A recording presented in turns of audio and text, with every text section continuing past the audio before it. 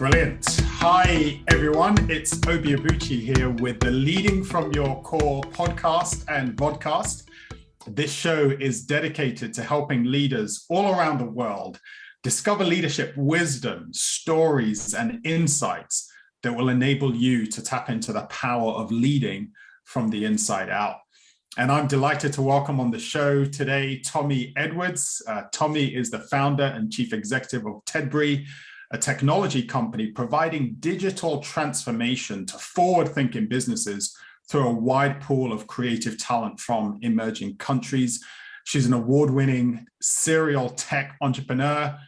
And one thing that we'll be diving deep into today is her vision. She's got an incredible vision to be part of a world in which businesses of all sizes have access to the tools they need to grow and transform their organizations, and also the exceptional talent that she works with, regardless of their age, their location, their race or gender, that they have access to opportunities they need to make an impact and build a career that is solely dependent on their abilities.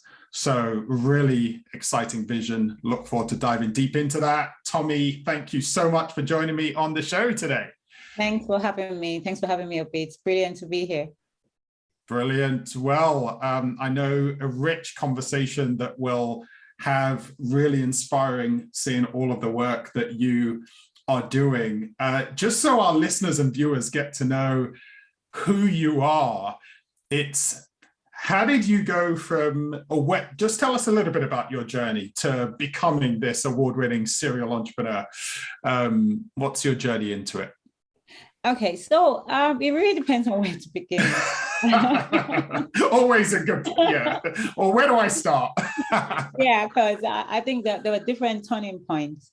I think for me, I discovered I was an entrepreneur at the age of 16. And that happened when I had to manage, I was back in Nigeria then. So when I had to manage a superstore for my mom while she traveled for 6 months, I discovered the law of demand and supply and figured out I could actually start a mini business. So I started to buy some what we call African wax for very, very busy bankers who I have to go and give money to every single day. I then had to create a way for them to buy now, pay later, which allowed me to go into multiple branches. So from there, I discovered, oh, interesting. I'm an entrepreneur, but I still had to go to school. Sure. I was like, man, can I give up this school business and just start making the money? I love it. Because I thought, all right, this is cool cash. That was my very first experience, and that has always stayed with me in every single thing I did. But then transitioning and coming into the UK, I came to study, to do other things. And I transitioned into tech, working as a business analyst. And I found myself working with large corporations on digital transformation projects. But my very first taste of business analysis wasn't digital transformation. It was more of pretty much data manipulation and things like that, and data analysis.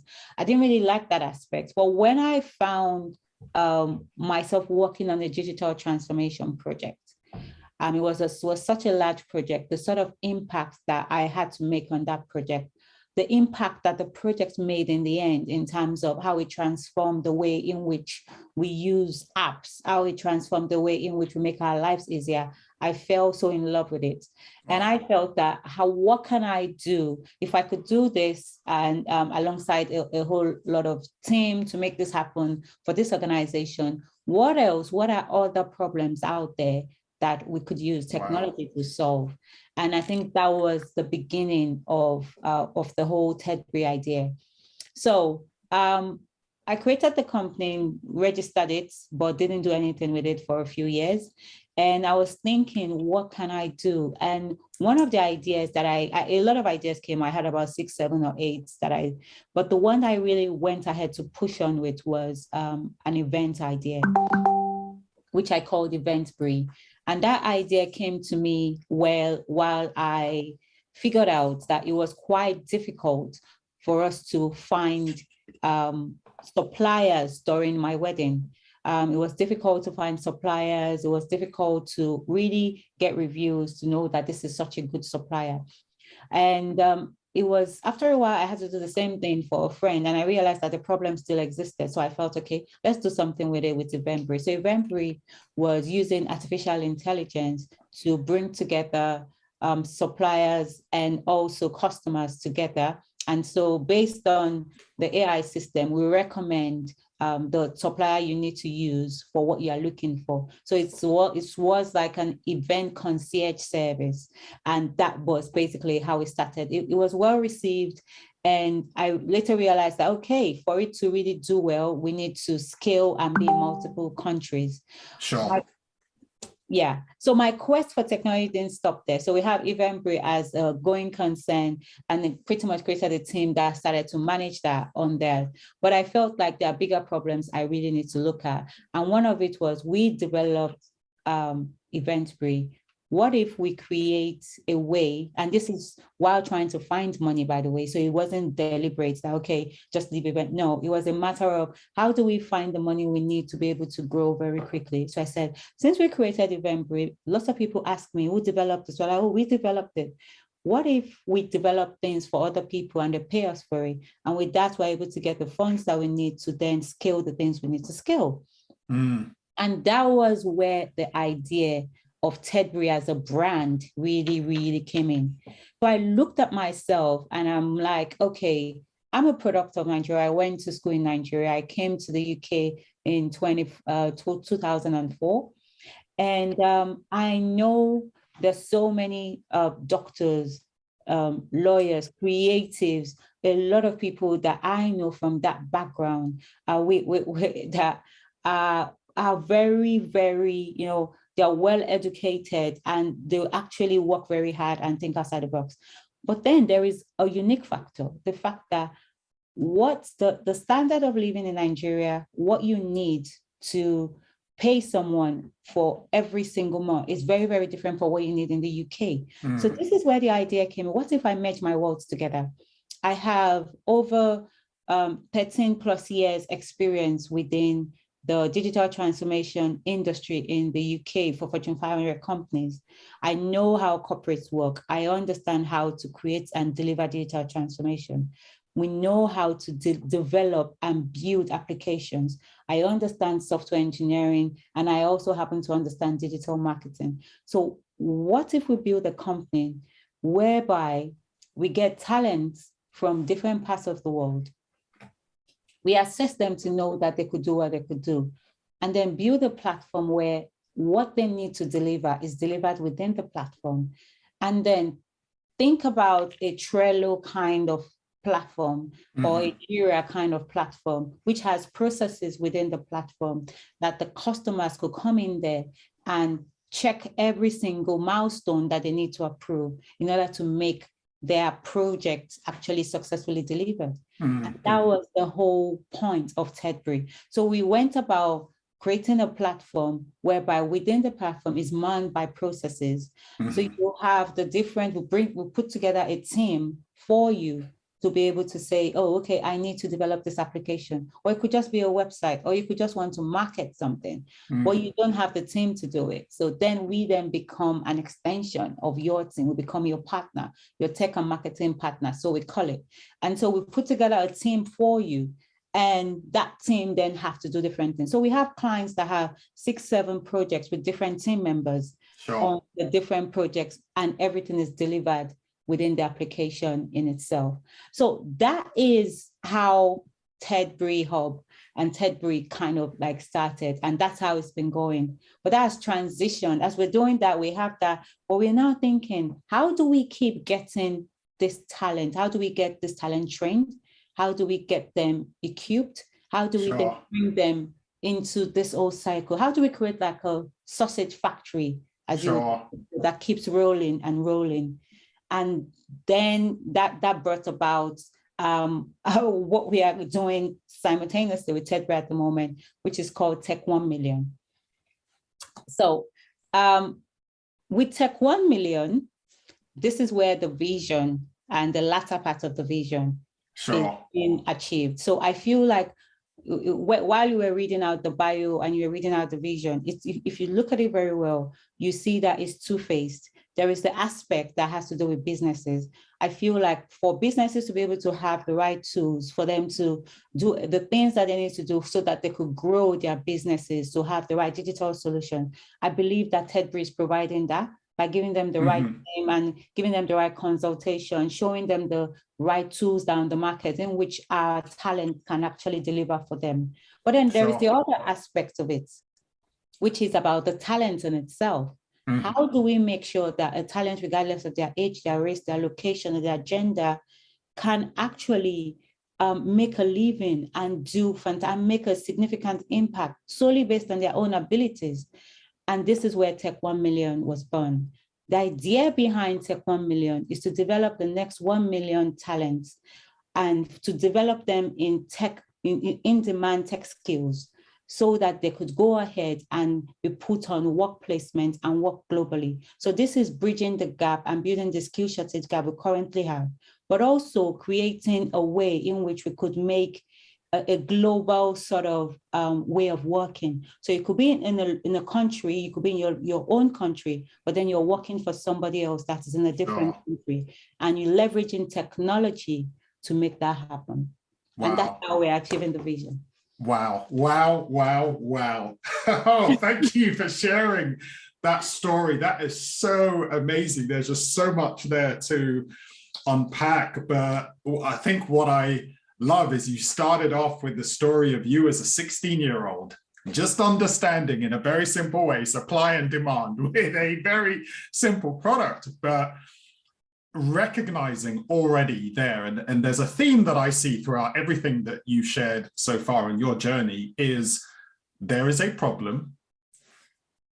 What's the solution that people are willing to pay for that addresses that problem and begins to create opportunities for them, but also for other people, and of course the business is growing. So a real focus on creating value in the marketplace, seeing opportunities. You've talked about scaling the team. And what I love most about the Tech 1 Million is, so I've got to tell you very quickly, I was having a conversation with another leader at the end of last week, and he's doing some incredible work across the globe, but also across the continent of Africa. And he said this to me. He said, Obi, if you cut open my heart, what you'll see there is massive dreams for the people around me. And I just thought, wow, here's someone that really gets leadership, that really gets impact. And I'm just hearing that from you as well, Tommie. It's Tech 1 Million. It's not, oh, hey, what's Tech 1 Million? Our goal is to, make $1 million in revenue. I mean, yes, obviously you need to make money as a business, but to hear it, hey, Tech 1 Million is about, hey, developing 1 million people, giving them opportunities, creating connections, leveraging this technology, that's adding value not only to people's lives, but to the global economy. So amazing. Thank you for sharing that. And with your vision, what I'd love to do, and I'm sure a lot of the leaders listening to this and watching this would like to know, when it comes to turning your vision into reality, and of course you're doing it already, but break it down for us. What are some of the principles that you are applying as a leader to turn this incredible vision into a reality that really does see the light of day and make a difference to people and organizations? Okay, so for me, the very first thing is actually understanding, why do I have to do that? The why is very important. And it's about, there's this desire, and there's this hunger and this curiosity that keeps pushing to ask you, why exactly are you doing what you're doing? Why do you want to do this? Now, I'm not underestimating the challenges that I'm going to face in any way, so I think that's the very first thing that I'm very well aware, and I think it's an experience. They say it's the best teacher. So, you failed many times, you're not scared of failure, but then you understand that there's the key reason why you have to do what you have to do. For me, apart from the fact that Tedbree actually needs Tech 1 Million. Sure. Do you understand? Sure, yeah. So that bit is an added factor. But I actually feel like the world needs technology. There is a huge gap. And there's so many people. Yeah, there's a whole lot of ed tech here, ed tech there. But then it's not just about coming, taking courses, and that's it. What happens to the coaching? What happens to holding their hands? What happened to the soft skills? What happened to the mentoring? What happened to then helping them and pushing them out for work placements outside so that people can hire them? So the way in which I sit down when I have a new idea or when I'm thinking about, and it's not just about having new ideas, it's all about staying focused as well, because everything has to work hand in hand. You can't have things that are dysfunctional, then you'll just be everywhere. But then I take my idea and I go to the basics. I just have a blank canvas. My favorite thing to do is for me to take the business model canvas and break it into 9 like that. It helps. It's a very, very interesting principle. And I take that and I'm like, okay, so what is my value proposition? What exactly am I trying to do? Can I articulate it? And who is going to help me? Because there's no way, you are not an island, like I say. No matter how strong you think you are, you need people, you need partners, you need collaboration to be able to bring whatever idea you have. Otherwise, it's not big enough. Sure. But the idea to be big enough, it can't be done by just you. That is one fact. Amazing. If you can achieve your vision on your own, then it's not a big enough vision. It's right. That's incredible. Yeah, it's not big enough because, so you definitely know that you need people. Now it's about, knowing that you need people is something, convincing them to actually follow you on your vision is a totally different thing. Sure. So you need to, and that is what I so much love the business model canvas. It helps you in that way. Okay, how do you convince these people? So meaning that what channels do you use in finding the customers that you need? How do I get someone to say, I'm going to part away with my money and give it to you, Tommie? Sure. That's an incredible skill. Why would anyone? So I must have packed something of value, something that is worth paying for, giving that to you. And that is why you would exchange take the value that I'm giving to you, and then you give me the money. So I put all of that in the canvas, understanding what is the cost as well. So, you could daydream. It's very, very easy. Clients come to us and say, oh, I have this idea. I need to sign this NDA. I'm like, don't worry, we'll sign your NDA, but I need to tell you something. Idea is absolutely nothing. Everyone is thinking of the idea, but the execution, that is the hardest thing. And that is what separates people. Because people, you could think, you say, and this is, people sit down, they watch politicians do this, and we can all talk, do the talking. When you get there, what can you do? The execution is the hardest thing. And the same thing with any business, any idea, anything you're trying to realize, any vision you have that you're trying to put forth. How do you bet that? In order for you to bet that, there's so many aspects. So like I was still going through the whole canvas. So I'll come in and I'll say, okay, what channels? So meaning that, where do I find these people that will part away with? So, it's a different thing that I know the value proposition. I know the cost. I know what it's going to cost me to do that. I know who I need to partner with. But where do I find these people that will part away with the money? What channel they operate? So are they on social media? Are they corporate organizations? What language do they understand? And when I mean language, I don't mean English. I mean, what would they respond to? What are the legal aspects of things that I need to look at as well in order to be able to approach them? Do I need to, so all of those things, how long do that take? Because sometimes there's some things that you need to create and it can happen immediately. And there might be a longer process, but then you need to then have the minimum viable proposition mentality, which is, what can I create right now that allows me to go, but knowing that I'm not at the end of the journey, there's still a place for me to get to, but then I'm making, like I say, that there is every step you make, there's power in progress. Progress is power. So for everything you're doing, you're becoming more powerful. You're moving closer to that dream By taking one action, by attending this today, I'm moving closer to the dream. By going for the meeting, by showing up, by following up, all of that allows you to move closer to the things that you want to get to. So in finding these people and understanding that this is what I need to do, I need to figure out what are the things I can check right now. Now, what do I need around me to help me make these things happen?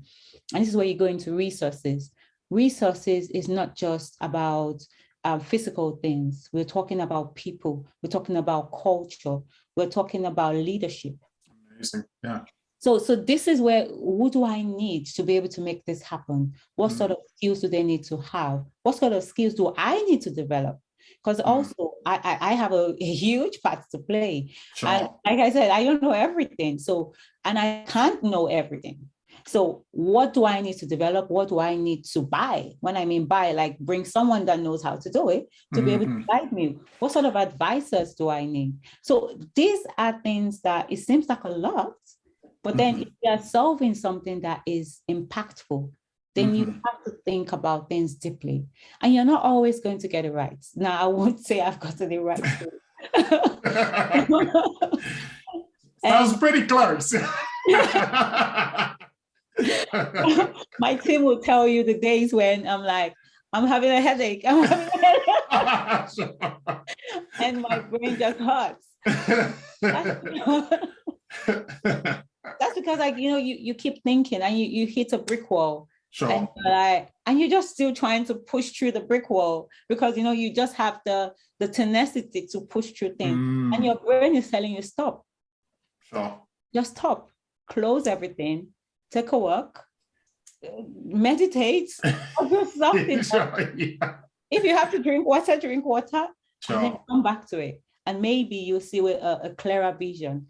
And so it's just, I know I've said quite a few things, but I can't say that there's one thing. Sure. That leads to this. It's a whole lot of it. And for me, that's where the canvas really helps me because it allows me to think about 9 things at the same time, but I don't have to have all the answers in one day. Yeah. I come back to it again, even if I've written different things on it, and it becomes an evolving document.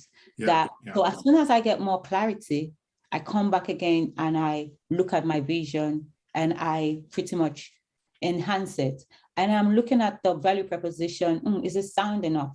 Then you do the different tests as well. I like this one that there's this particular test that YC actually sets for people, which is for the things that you're doing, write it in 50 characters. How do I describe what I'm doing in 50 characters? That was quite challenging. 50 characters.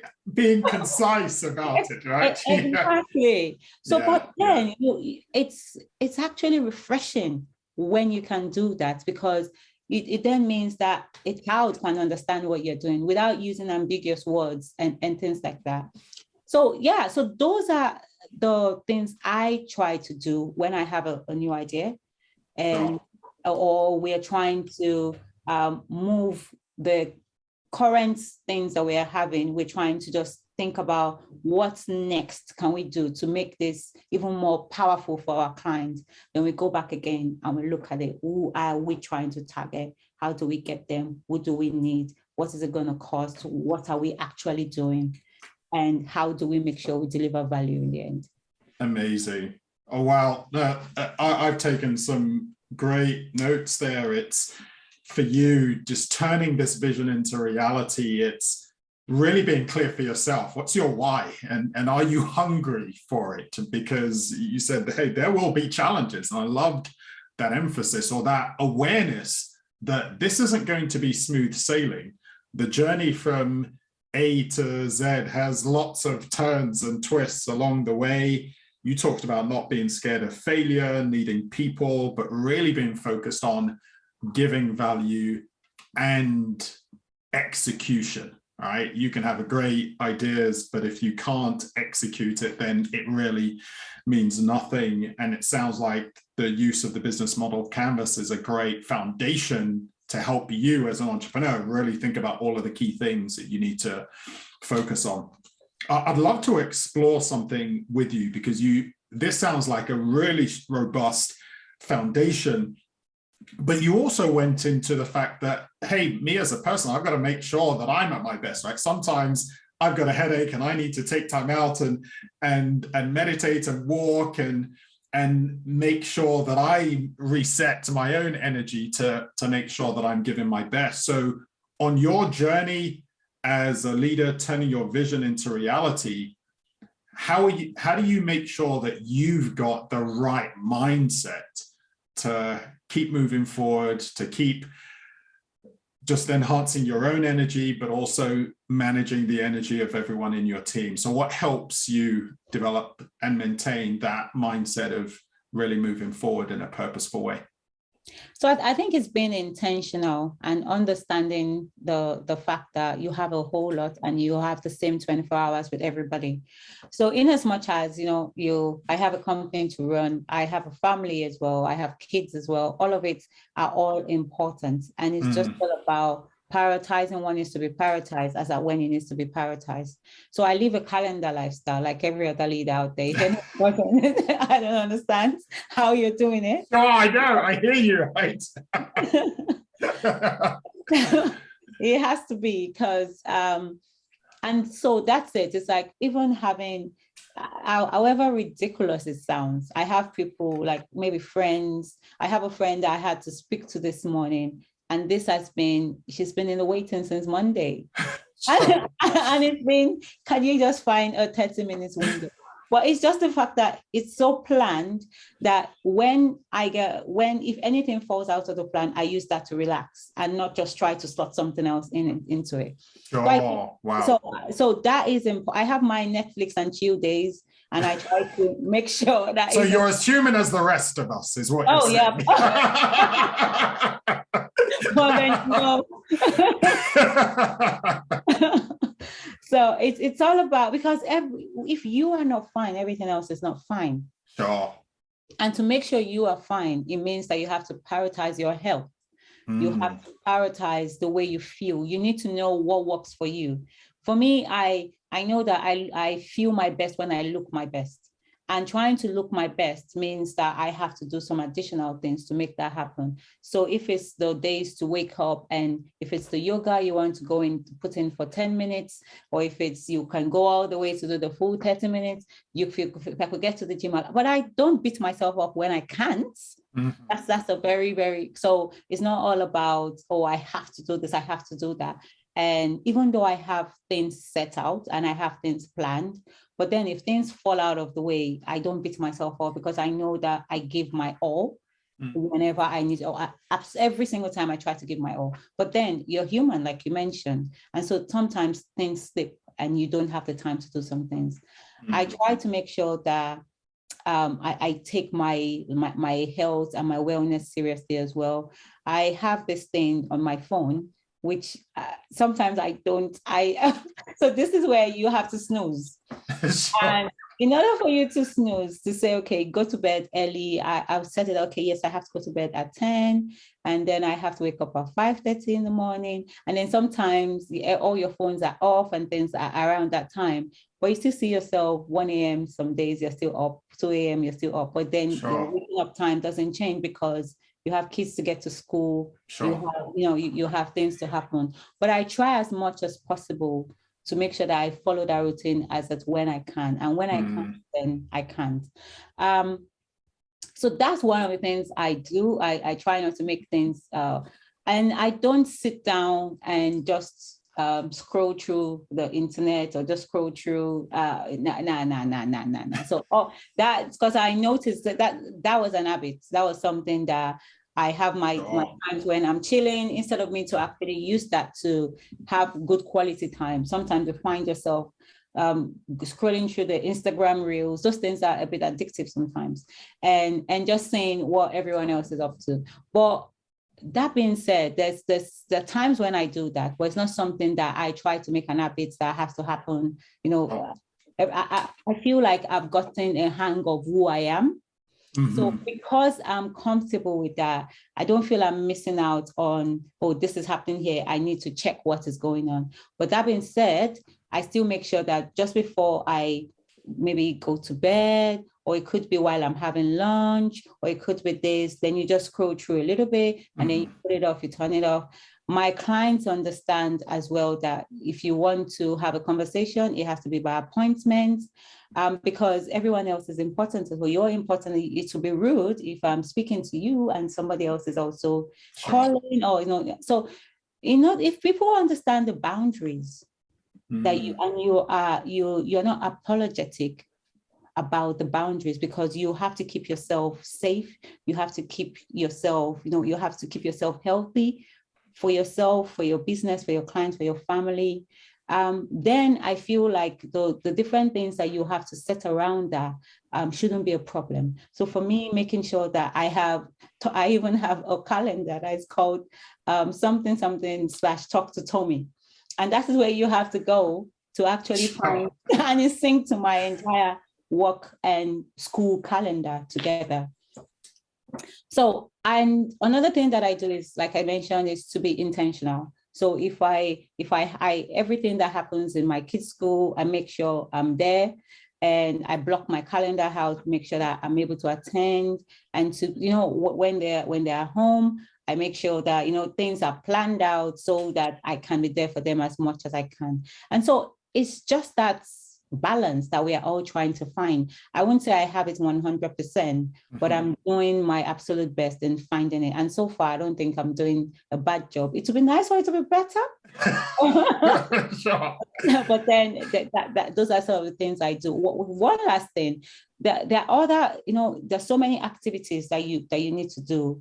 And I would say, for instance, I need to get this area cleaned and this and that. I would rather spend my time doing something else and making sure that I'm able to hire the right people to help me, to support me in making my 24 hours even longer. And those are the other ways that I do that. Yeah. Wow. So leveraging the skills, the expertise of others, right? Yeah. So that you can focus on what you need to do the most. I mean, what you shared is incredibly powerful. And just starting off with this idea of being intentional. Sounds like you are very intentional about how you use your time, as much as possible, intentional about your energy even. I laughed earlier on when you talked about just having a calendar, because one of the things that I often say is what gets scheduled gets done. And so for me, I don't have this list of, what am I doing today? I said, I've got to put it in the calendar. If it doesn't have a time block where it's, 11 to 11:30, then it's just a list. And then all of a sudden I'm trying to go through and think, oh no, I don't know if I've got enough time for this. So I love that idea of just really prioritizing yourself. And you said something that is such an important message to a lot of leaders. Just know who you are. You know what it takes for Tommie to be at her best. Leaders need to understand, what does it take for me to be at my best around, so I can give my best to my team, I can give my best to my family, I can give my best to the things that really matter most to me. So that's an amazing mindset to have. I feel we could go on and on and on. You have shared some incredible things already. I've got one final question for you, though, now. And this has taken us back full circle to that 16-year-old self. Okay. 16-year-old Tommie. So you clearly started off incredible entrepreneurial mindset. You've been on a journey. You've learned so much. If you could speak to your 16-year-old self today, with all that you've learned, what's one piece of advice, or what advice would you give to the younger Tommie about just leadership and about just really making visions become a reality? What would you say? I would say they're quite old. There's a whole list. But there's a whole list. And if I could just mention two of them, I would say that life is a journey. And enjoy every single moment, good and bad. Soak everything in, because you'll come back and reminisce on them. So that is something that now being 40, looking back, I'm like, oh, wow, I wish I knew that. I wouldn't have even cried over that. I wish it's just all about understanding that life is a journey and you have to enjoy both the good and the bad. And the other thing is, and I think my 16-year-old self probably didn't know that, but probably got to know that at 22, is the fact that life, like I said, is a journey. On your way up, be kind to the people you see on your way up. Wow. Never burn any bridges, because you might just need to walk that bridge again. Sure. So that is an incredible thing that's, sometimes you see people and then you go back again and you're like, oh yeah, I met this person 20 years ago. But what impression did they have of you? Was it a good one? Was it a bad one? Because it could have led to doors opening for you. And instead those doors could have shut because you were impolite or you were mannerless or things like that. So it's important to just, regardless of whoever, someone on the street, a beggar sitting on the floor, you don't know where the person could be next time. So just be kind to everyone you meet as you go along your journey. Two amazing messages there. So enjoying the journey and making the most of the good and the bad, and being kind to everyone along the way. And that spirit of compassion towards others, Tommie, you certainly show that in the way you also described just really being kind to yourself as well, right? It's okay, I don't beat myself up when I get things wrong. I'm able to move on and just recognize that I'm learning along the way. So I love that. Tommie, it's been fantastic speaking to you today. Thank you so much for everything that you've shared. The inspiring to see that spirit that the 16-year-old Tommie had is still there today and growing and having an impact on others. And really wish you all the best with your amazing vision, because it truly is an inspiring one. So thank you for sharing on the show today. For having me. It was incredible speaking to you, Obi. I really enjoyed myself. Thank you. And to all our listeners and viewers, I hope you enjoyed the show and we're taking notes and figuring out how you too can turn your vision, current vision, a future vision into reality. And remember that if you want to be a courageous and resilient leader, if you want to live life on purpose and with purpose, then it starts from the inside out. Have a great day and see you all on the next show.